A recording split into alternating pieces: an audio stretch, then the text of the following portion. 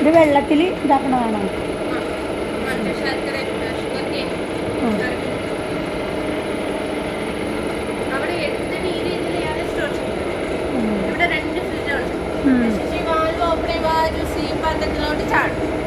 ചോറ് മണിക്കൂർ തിളപ്പി. ഇപ്പൊ ഇനി വരുന്നതൊക്കെ വേസ്റ്റാണ്. ഈ വേസ്റ്റ് അരിപ്പ് കൊണ്ട് കോരി മാറ്റും. പിന്നെ ഈ വാൽവ് ഓപ്പൺ ചെയ്യുമ്പോൾ ഈ വാൽവ് ഓപ്പൺ ചെയ്യുമ്പോൾ ഈ ജ്യൂസ് ആ പാത്രത്തിലോട്ട് മാറ്റും. ഇതിനകത്ത് ചോറ് മണിക്കൂർ തിളപ്പി. ആകെ 2 മണിക്കൂർ. 2 മണിക്കൂർ കഴിയുമ്പോൾ സ്റ്റീലിന്റെ ലിവർ ഉണ്ടാവും. ആ ലിവർ ഓപ്പൺ ചെയ്ത് ഈ കാണി മാറ്റും.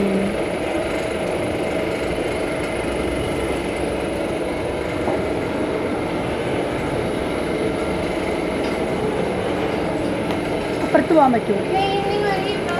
ഈ പാത്രം ചൂടാക്കുക. അതാണ് ഈ അടുപ്പിന്റെ പ്രത്യേകത. പാത്രം തട്ടോ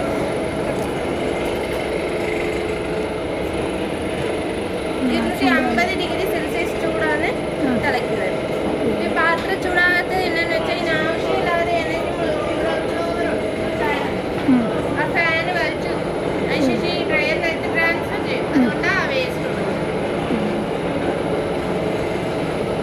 ഇത് പിന്നെ ഇത് ശർക്കരയായിട്ട് വരുന്നത്.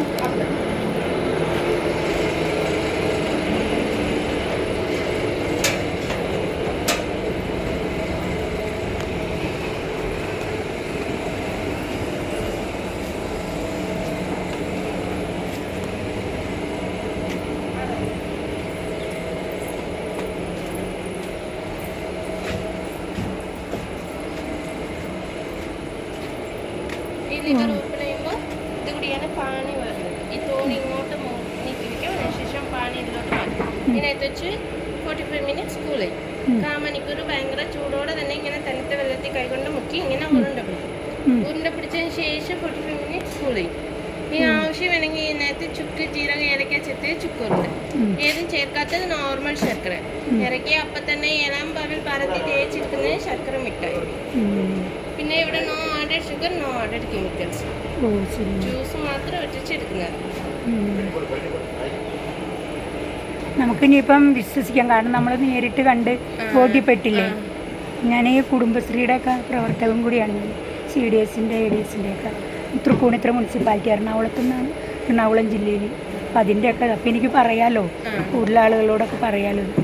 നേരിട്ട് കണ്ട് ബോധ്യപ്പെടുമ്പോൾ നമുക്ക് പറയുമ്പോൾ കുറച്ചും കൂടി ഇതാവില്ലേ. Okay, thanks. മോളുടെ പേരെന്താ? എൻ്റെ പേര് വൈഷ്ണവി. എവിടെ വീട്? ഇവിടെ നാച്ചുറൽ.